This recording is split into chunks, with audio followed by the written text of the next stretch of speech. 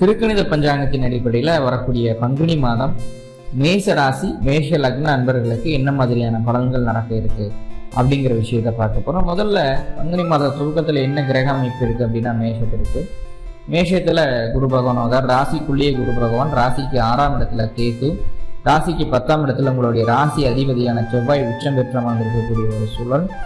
ராசிக்கு 11ஆம் இடத்துல லாபஸ்தானத்துல சுக்கிரனும் சனி பகவானும் இணைவு, ராசிக்கு 12ஆம் இடத்துல சூரியன் ராகு புதன் இணைவு பெறக்கூடிய ஒரு சூழலை தான் இந்த மாதமானது பிறக்குது. இதே போல இந்த மாதத்துல கிரக பயிற்சிகள் எல்லாமே இருக்கு. அந்த கிரக பயிற்சிகளால் ஏற்படக்கூடிய மாற்றங்கள் என்னென்ன அப்படிங்கிறது தான் அந்த பதிவுல பார்க்க போறோம்.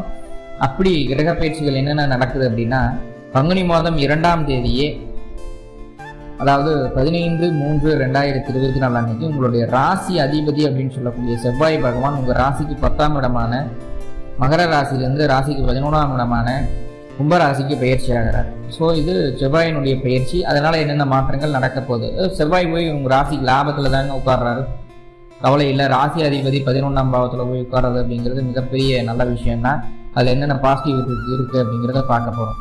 ரெண்டாவதா பங்குனி மாசம் 12ஆம் தேதி, அதாவது 23/3/2024 அன்னைக்கு புதன் அப்படின்னு சொல்லக்கூடிய கிரகம் உங்க ராசிக்கு 3/6க்கு அதிபதி. அவர் உங்க ராசி 12ஆம் இடத்துல இருந்து உங்க ராசிக்குள்ள பயிற்சி ஆகிறார். இந்த புதன் உங்க ராசிக்குள்ள வர்றது மட்டும் கிடையாது. பங்குனி மாசம் 12ஆம் தேதி வந்தாருன்னா மறுபடியும் பங்குனி 27 மறுபடியும் உங்க ராசி 12ஆம் இடமான மீன ராசிக்குள்ளே போயிடுறாரு. இடையில பங்குனி 19ஆம் தேதி புதன் வக்ரமும் ஆகிறார். அதாவது 1/4/2024 அன்னைக்கு புதன் வக்ரம் ஆகிறாரு. 9/4/2024 அன்னைக்கு உங்க ராசிக்கு 12ஆம் இடமான மீன ராசிக்கு வக்ரமாகவே பயிற்சி ஆகிறார், வக்ர பயிற்சி ஆகிறார். அப்போ புதனுடைய மாற்றங்கள் இந்த மாதிரி எல்லாம் இருக்குது. 12ஆம் இடத்துல இருக்கிறார், மறுபடியும் ராசிக்குள்ள வர்றாரு, ராசிக்குள்ள வந்து வக்ரம் ஆகிறார், மறுபடியும் உங்க ராசி 12ஆம் இடத்துக்கு பயிற்சி ஆகிறார். ஸோ இந்த புதன் அப்படின்னு சொல்லக்கூடிய கிரகத்தால என்னென்ன மாற்றங்கள் நடக்க போகுது அப்படிங்கிறதையும் பார்க்க போறோம். கடைசியா ரொம்ப ரொம்ப முக்கியமான கிரகம் சுக்கிர பகவான். சுக்கிரன் அப்படின்னு சொல்லக்கூடிய கிரகம் உங்க ராசிக்கு 2/7க்கு அதிபதி. இது வரைக்கும் உங்க ராசிக்கு 11ஆம் இடமான லாபஸ்தானத்துக்கு இருந்தாரு. வரக்கூடிய பங்குனி மாதம் 18ஆம் தேதி 31/3/2024 இன்றைய தேதியில உங்க ராசிக்கு 12ஆம் இடத்துக்கு சுக்கிர பகவான் பயிற்சி ஆகிறார். அங்க சுக்கிரன் உச்சமாகிறார். பாருங்க, சுக்கிரன் உச்சமாகிறது வருடத்திற்கு ஒரு முறை நடக்கும். வருடத்திற்கு ஒரு முறை சுக்கிரன் உச்சமாவார் மீன ராசியில. ஆனா அங்க ராகு அப்படின்னு சொல்லக்கூடிய கிரகம் இருக்குது. இங்க சுக்கிரன் உச்சமாகி போறாரு. இப்போ மீன ராசியில சுக்கிரன் உச்சமாகி ராகுவோட இணையிறது அப்படிங்கிறது 18 வருடங்களுக்கு ஒரு முறை தான் நடக்கும். 18 வருடங்களுக்கு ஒரு முறை தான் நடக்கும். அந்த நிகழ்வு இந்த மாதம் உங்களுக்கு நடக்க இருக்கிறது. அதனாலதான் டைட்டிலே சுக்கிரனுடைய லீலைகள் அப்படின்ற மாதிரி டைட்டில் போட்டிருக்கேன். அப்போ அந்த சுக்கிரனால என்னென்ன விஷயங்கள் பாசிட்டிவ் நெகட்டிவ் அப்படிங்கிறது நம்ம தெளிவா அந்த பதிவுல பார்க்க போறோம். ஸோ இது கோச்சார பலன் தானே, முழுமையான பலனை தருமா இது அப்படின்னு கேட்டால் கண்டிப்பா உறுதியாக கொடுக்கும். என்னன்னா கோச்சாரத்துல கிரக நிலைகள் எப்படி இருக்குதோ அதன் அடிப்படையில் உங்களுடைய தசாபுத்திகளும் அதற்கு கூட ஒன்றி போகும்போது கண்டிப்பா இங்க என்னென்ன மாற்றங்கள் சொல்றோமோ எல்லாமே உங்களுடைய வாழ்க்கையில நடக்கும். அதுல மாற்றம் இல்லை. தசாபுத்தி அது கூட இணைவு வராத வரைக்கும் நடக்கக்கூடிய மாற்றங்களை நீங்க பெரிய லெவலில் உணர மாட்டீங்க. அந்த தசாபுத்தியும் இணைவு வந்துருச்சு அப்படின்னா கண்டிப்பா அந்த மாற்றங்களை நீங்க உணரக்கூடிய ஒரு அமைப்புல தான் போய் முடியும். ஸோ அதை பார்த்துக்க வேண்டியது. ஸோ இப்போ ஒவ்வொரு கிரகமா பார்த்துட்டு வருவோம். முதல்ல சூரியன் அப்படின்னு சொல்லக்கூடிய கிரகம் என்ன பண்றாரு அப்படின்னு சொல்லி பார்ப்போம். சூரியன் அப்படின்னு சொல்லக்கூடிய கிரகம் பங்குனி மாதம் 1ஆம் தேதி உங்க ராசிக்கு 11ஆம் இடமான லாபஸ்தானத்துல உங்க ராசிக்கு 12ஆம் இடமான விரயஸ்தானத்துக்கு பயிற்சி ஆகிறார். சூரியன் அப்படின்னு சொல்லக்கூடிய கிரகம் உங்க ராசிக்கு 5ஆம் அதிபதி. பாருங்க, சூரியன் 12ஆம் இடத்துல இருக்கிறதுனால சின்ன சின்ன நிகழ்வுகள்ல கவனம் வேணும். என்னென்ன நிகழ்வுகள் அப்படின்னு சொல்லி பார்த்துட்டோம்னா, முதல்ல உங்களுடைய அரசாங்க அரசியல் சம்மந்தப்பட்ட வேலைகள் ஏதாவது இருந்ததுன்னா அது இந்த மாதம் சற்று தள்ளி வைப்பது நல்லது. கவர்மெண்ட் லோனுக்காக ட்ரை பண்ணுறீங்க, இல்லை கவர்மெண்ட் வேலைக்காக ட்ரை பண்ணுறீங்க, கவர்மெண்ட் ஆஃபீஸில் உங்களுக்காக ஏதாவது ஒரு வேலை ஆக வேண்டியது இருக்குது, அதுக்காக முயற்சி பண்ணுறீங்க. இந்த மாதிரியான எந்த சூழல்கள் இருந்தாலும் இப்போ அதுக்குண்டான வேலைகளை செய்யும்போது அது அதிகப்படியான அலைச்சலையும் வீண் செலவினங்களையும் உருவாக்கும் அப்படிங்கிறது எந்த விதமான மாற்றமும் இல்லை. ஸோ அப்போது இந்த காலகட்டம் அதை கொஞ்சம் ஒத்தி வச்சுக்கிறது அப்படிங்கிறது ரொம்ப ரொம்ப முக்கியமான விஷயமா இருக்குது. சார் என்னால் ஒத்தியெல்லாம் வைக்க முடியாது, கண்டிப்பாக அதை பண்ணித்தான் ஆகணும் அப்படின்னா கண்டிப்பாக அதுக்குண்டான அலைச்சலையும் செலவுகளையும் சந்திக்க வேண்டிய சூழ்நிலை உண்டு. அதற்கு தயாராக இருந்துக்குங்க அப்படிங்கிற விஷயத்த சொல்லுது. அதே போல் மனதிற்கு பிடித்த விஷயங்களை வெளிப்படையாக ஓப்பனாக பேசும்போது அதன் மூலமாகவும் தேவையில்லாத மன உளைச்சல் வரும். மனசுக்கு பிடிச்ச விஷயங்களை வெளியில் சொல்கிறதுனால நீங்கள் தனிமைப்படுத்தப்படுவீர்கள். உங்களுக்காகவே நீங்கள் உங்களுக்குள்ளேயே தனிமையை உணரக்கூடிய ஒரு சூழலை உருவாக்கி கொடுக்கும். காதல் சம்பந்தமான விவகாரங்களையும் கொஞ்சம் நிதானம் வேணும். தேவையில்லாத விபரீதமான முடிவுகள் எதுவும் எடுக்கக்கூடாது. நல்லா பார்த்துக்கணும், விபரீதமான முடிவுகள் எடுக்கக்கூடாது. ஏன்னா அந்த சூரியன் ராகு கூட இணைய போறார். உங்களுடைய 5ஆம் அதிபதி சூரியன் ராகு கூட இணைய போறார். மனதிற்குள்ள இனம் புரியாத நடைமுறைக்கு சாத்தியப்படாத ஆசைகள் எல்லாமே வரக்கூடிய ஒரு சூழல். என்னன்னா இந்த காலகட்டம்னா உங்களையும் மீறி இந்த பிட்காயின் ஷேர் மார்க்கெட்டில் நிறைய காசு கிடைக்கும், நிறைய வருமானம் கிடைக்கும் அப்படின்னு சொல்லிட்டு உங்களுடைய பிரெயின் வாஷ் பண்ணி உங்கள்கிட்ட இருக்கிற பணத்தை அவங்க அபேஸ் பண்ண பார்ப்பாங்க. ஸோ அந்த மாதிரியான ஒரு சூழல் அந்த 3வது நபர்களின் மூலமாக இந்த விஷயங்கள் எல்லாம் நடக்கும். கவனம். என்ன சார் எடுத்ததையுமே பூரா நெகட்டிவாக சொல்கிறீங்க, இதெல்லாம் விளங்க போகுது அந்த மாதம் அப்படின்னா கேட்கக்கூடாது. இதெல்லாம் ஒரு எச்சரிக்கை கருவி. ஏன்னா ஏமாந்ததுக்கு அப்புறம் ஐயோ போச்சுன்னு அழுகிறத விட இந்த மாதிரி ஆள் வராங்க, கவனமாக இருக்கணும், காசை போடக்கூடாது அப்படிங்கிற முன்னாடியே தெரிஞ்சுட்டோம் அப்படின்னா நம்ம அதை உஷாராக இருந்துக்குவோம். நம்ம காசை நம்மளோட ரொம்ப கஷ்டப்பட்டு சம்பாதிச்ச பணத்தை சேமித்து வைக்கிறதுக்கு உண்டான வழி என்னவோ அதுதான். கஷ்டப்படுறது கூட கஷ்டப்பட்டு சம்பாதிச்சிடும், அதை சேமிக்கிறதுக்கு உண்டான வழி தேடுறது தான் ரொம்ப சிரமம். ஆளாளுக்கு ஒவ்வொரு 1008 கருத்துக்கள் சொல்கிறாங்க. கேரளா போடலாம், கோல்டு வாங்கலாம், லேண்ட் வாங்கலாம், எதில் ப்ராஃபிட் இருக்கும் அப்படி இப்படின்னு பார்த்து பண்ணுறதுக்குள்ளே சம்பாதிக்கிறது ஈஸியாக சம்பாதிச்சலாம் போல் சேமித்து வைக்கிறது ரொம்ப கஷ்டம். அப்படி சேமிக்கக்கூடிய காசை யாரோ ஒருத்தர் அபேஸ் பண்ணிட்டு போகிறதுக்குண்டான வழியை நம்ம தேடி கொடுக்குறோம். ஸோ அதை கவனமாக பார்த்துக்கோங்க, அதை விட்டுறாதீங்க. சரியா? அப்போது ரொம்ப முக்கியமாக மேஷராசி மேஷலக்ன நண்பர்களுக்கு சொல்ல வேண்டிய ஒரு கருத்து என்னன்னா, இந்த மாதம் சந்திர கிரகணமும் இருக்குது, சூரிய கிரகணமும் இருக்கும். நல்லா பாருங்க, சந்திர கிரகணமும் இருக்கும், சூரிய கிரகணமும் இருக்கும். அப்போது மேஷத்தில் பிறந்த பெண்கள் இந்த காலகட்டம் கருவுற்று இருந்தீர்கள் என்றால் கண்டிப்பாக அந்த கிரகண காலத்தில் என்னென்ன நீதிகள் கடைபிடிக்கணுமோ அது எல்லாமே கடைபிடிக்கணும். அப்படி இல்லாத பட்சத்தில் அது பாதிப்பு தரும், குழந்தைக்கு பாதிப்பு தரும், கருக்கலைப்பு கூட நடக்கிறதுக்கு வாய்ப்பு. வெளியிலேயே வராதிங்க மேக்சிமம். என்னன்னா உங்களுடைய ராசிக்கு 5ஆம் அதிபதி சூரியன், அவர் தான் அங்கே ராகுவோட கிரகணமாகிறார். உங்கள் லக்னத்திற்கு 5ஆம் அதிபதி சூரியன். யாருக்கெல்லாம் கிரகண பாதிப்பு யாருக்கு சார் வரும் அப்படின்னு கேட்டால் சிம்பிளாக சொல்லிடலாம். அது மேஷ லக்னத்திற்கும் மீன லக்னத்திற்கும் கிரகண பாதிப்பு கட்டாயம் வரும். அந்த குழந்தை பிறப்புல பாதிப்பை தரும் அப்படிங்கிறது சிம்பிளாக சொல்லிடலாம். கூடவே இந்த கிரகணம் விருச்சிக லக்னத்தை பாதிக்கும். அதே போல் ரிஷப லக்னத்தை பாதிக்கும். ரிஷப லக்னத்துக்கு இந்த கிரகணம் பாதிக்கும். கவனமாக இருங்க அப்படிங்கிற வார்த்தையை சொல்லணும்.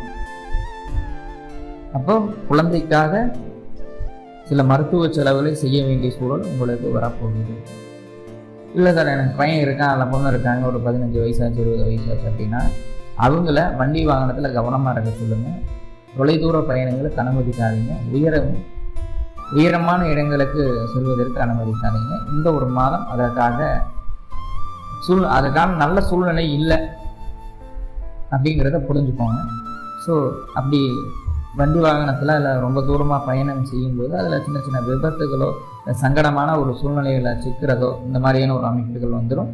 குழந்தையினுடைய உடல் நலனையும் பயணம் சம்பந்தமான விஷயங்களையும் அதிக கவனம் செலுத்த வேண்டிய ஒரு சூழல் உண்டு. குழந்தைகளுக்காக மருத்துவ செலவுகள், குழந்தைகளுக்காக வீண் செலவுகள் செய்ய வேண்டிய ஒரு சூழ்நிலையும் உண்டு.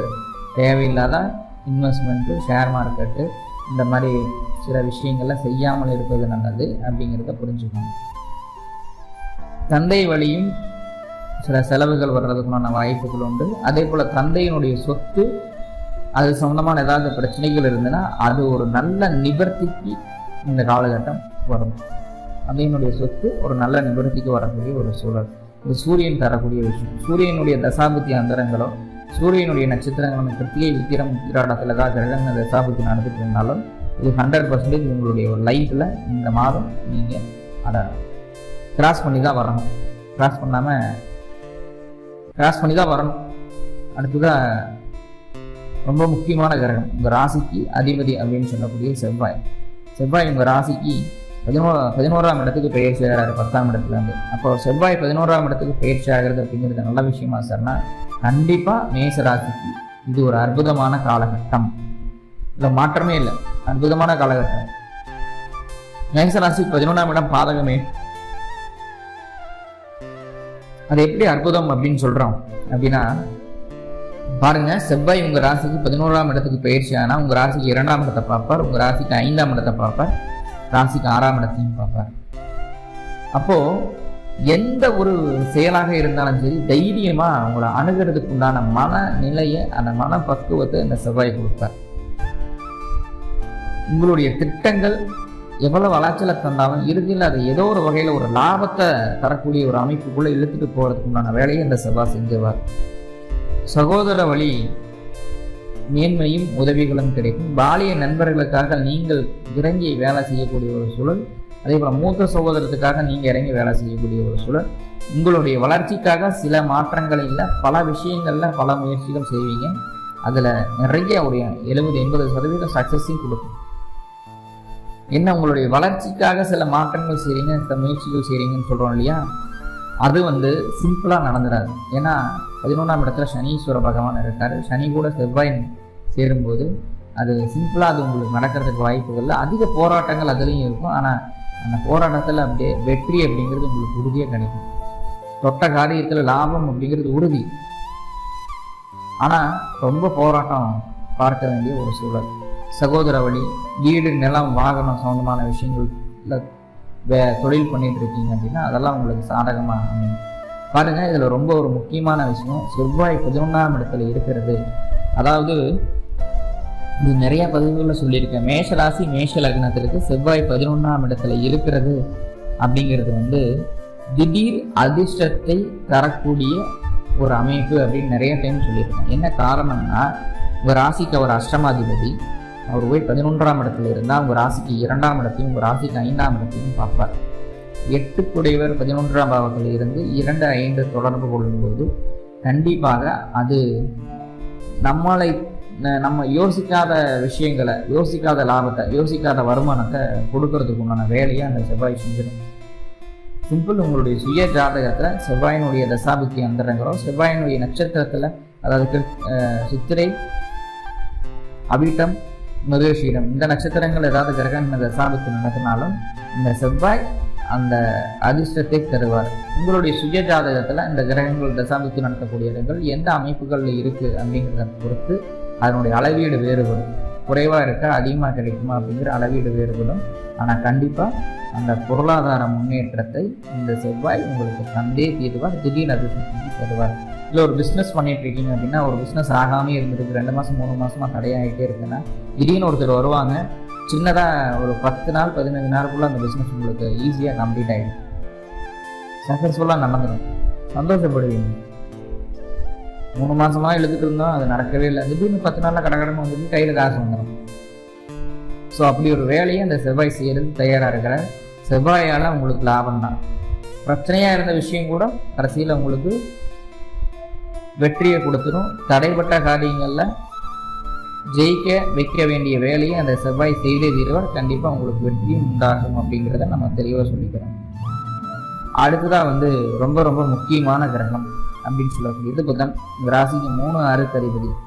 அவர் போய் ராசிக்கு 12ஆம் இடத்துல இருக்கிறார். ராசிக்கு 12ஆம் இடத்துல இருந்து மேஷ ராசிக்கு பயிற்சி ஆகிறார். எப்படின்னா 23/3/2024 அப்போ மேஷ ராசிக்கு அந்த புதன் அப்படிங்கிற கிரகம் பயிற்சி ஆகுது. அப்போ கடன் அப்படிங்கிற விஷயம் உங்களை தேடி வரப்போகுது அப்படிங்கிறது சொல்லுது. ஏதாவது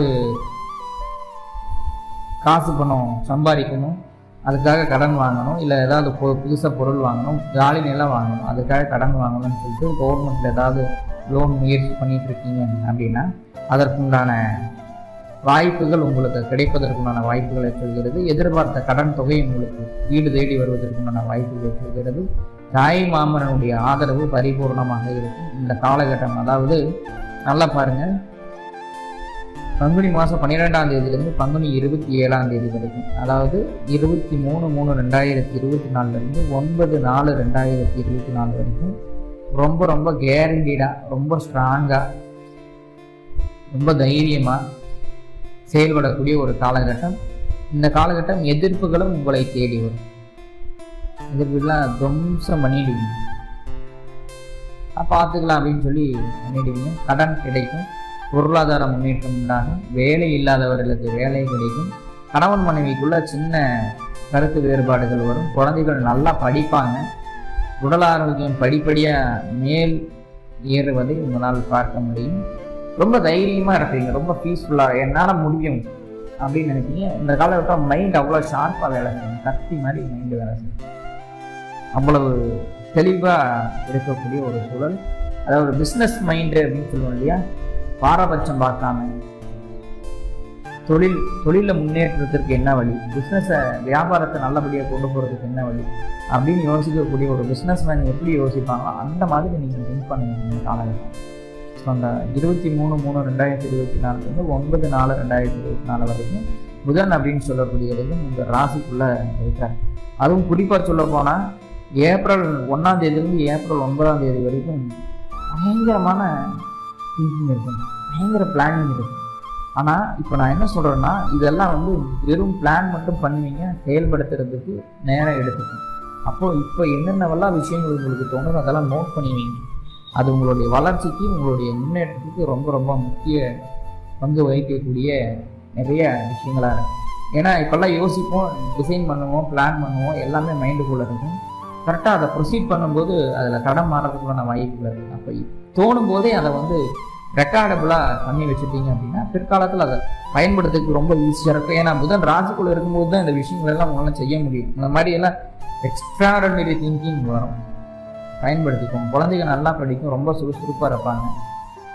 ஸோ இதெல்லாமே நல்ல அமைப்புகளாக இருக்குது. தாய்மாமன் வழி ஆதரவு பூர்ணமாக கிடைக்கக்கூடிய கணவன் மனைவி உறவு மட்டும் கொஞ்சம் முன்பின் இருக்கும், அதில் அனுசரித்து போக வேண்டிய ஒரு சூழல்.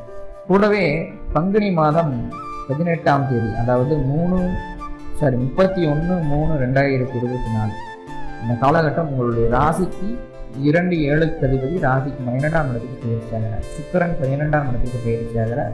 அங்கே ராகு அப்படின்னு சொல்லக்கூடிய ஒரு கிரகம் இருக்குது. 12ஆம் இடத்துல சுக்கிரன் உச்சமாகிறார். நிறைய சுப செலவுகள் வரக்கூடிய ஒரு காலகட்டம். அந்த சுப செலவுகளை சமாளிக்கிற அளவுக்கு வருமானத்தையும் அந்த சுக்கிரன் கொடுத்துரும். அதுதான் ரொம்ப முக்கியம். கணவன் மனைவிக்குள்ள அந்யோன்யம் அப்படிங்கிறது சற்று குறைவதற்குண்டான ஒரு சூழல். உங்களுடைய எதிர்பார்ப்பு, உங்களுடைய எதிர்பாலினத்திடம் பூர்த்தி ஆகாது. ஏன்னா அங்கே ராகு இருக்குது. உங்களோட எக்ஸ்பெக்டேஷன் ரொம்ப பெருசு, கடல் மாதிரி. அவங்க உங்களுடைய எதிர்பாலினம் அதை உணரவே மாட்டாங்க. இவ்வளவு எக்ஸ்பெக்ட் பண்ணுறாங்க நம்ம கிட்ட அப்படின்ட்டு அதை உணரவே மாட்டாங்க. இதில் லேக் ஆகும். அப்போ அது மாறும்போது சுக்கிரன் அப்படின்னு சொல்லக்கூடிய ராகு கூட சேரும்போது புதிய நபர்களுடைய பழக்க வழக்கமோ உறவுகளையோ ஏற்படுத்தி கொள்ளக்கூடிய சூழல் உங்களுக்கு வந்துடும். ஸோ அதில் கவனமாக இருங்க. அந்த ஒரு விஷயத்தில் மட்டும் கவனமாக இருங்க. மற்றபடி பொருளாதார ரீதியான முன்னேற்றம் அப்படின்றது கண்டிப்பாக நிறைய சுப செலவுகள் செய்வீங்க. அதற்கு மேலே சம்பாதிச்சிருவீங்க. சம்பாதிக்கிறதுக்குண்டான அந்த தைரியத்தையும் திரும்பியும் சுக்கிர பகவான் கொடுத்துருவாரு.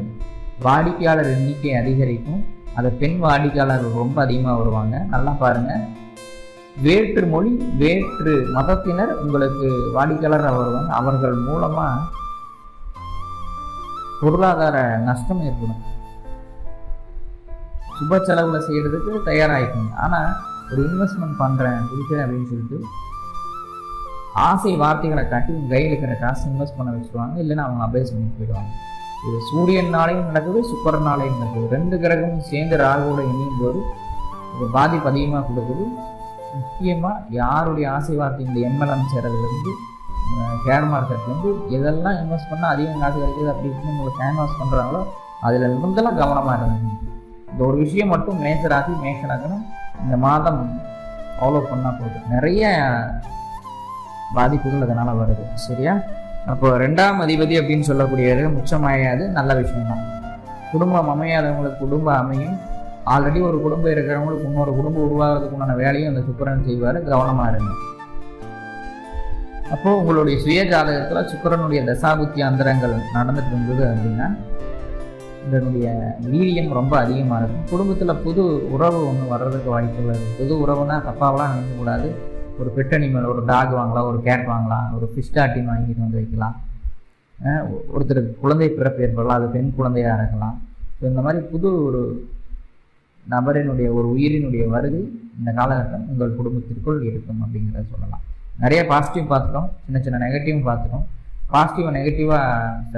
நெகட்டிவை பாசிட்டிவாக மாற்றுறதுக்கு என்ன வழிபாடு அப்படின்னு சொல்லி பார்த்துட்டோம்னா, அருகில் இருக்கக்கூடிய பழமையான சிவன் கோவிலுக்கு சென்று சிவ வழிபாடை செய்துவிட்டு இந்த மாதத்தை துவங்குங்க. மாத துவக்கத்திலே இந்த வழிபாடை செஞ்சுருங்க.